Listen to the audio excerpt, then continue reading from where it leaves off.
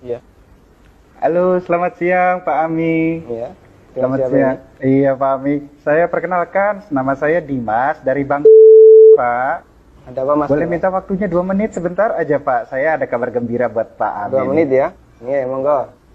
Begini Pak, ceritanya saya ingin menawarkan ada produk kami yang terbaru, Credit Card Platinum kami untuk Bapak. Kebetulan Bapak yang terpilih jadi calon nasabah kami. Cashback, melakukan pencairan dana tunai 30 juta 2 hari Pak pencairannya. Gimana Pak? Bapak tertarik? Apalagi ini belum ada bebasan annual fee tahunannya Pak. Baik.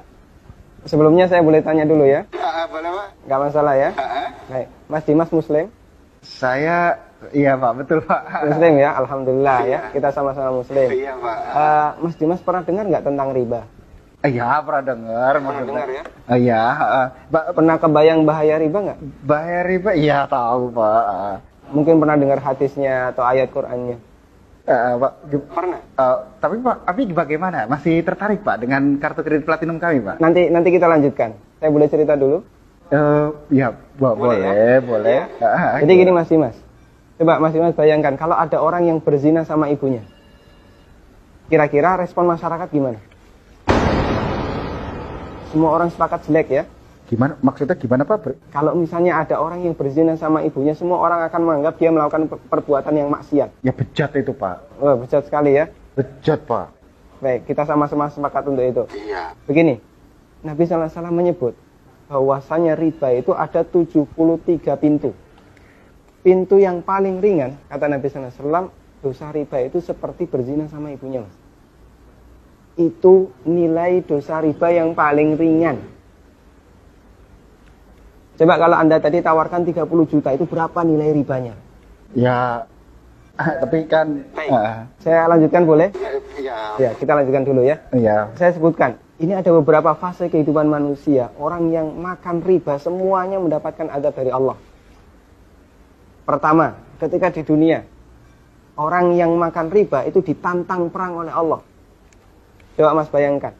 Kata Allah Subhanahu wa taala, ya ayyuhalladzina amanu taqullaha wa dzaru ma baqiya minar riba. Wahai orang yang beriman, bertakwalah kepada Allah dan tinggalkan semua bentuk riba. Fa in lam taf'alu fa'dzanu biharbi minallahi wa rasulih. Kalau kamu masih ngeyel, enggak mau meninggalkan riba, umumkan perang dengan Allah dan Rasulnya. Coba, kalau kita ditantang perang oleh Allah dan Rasulnya, kira-kira ada nggak peluang untuk menang? Nggak ada ya? Ampun Pak. Ini yang pertama.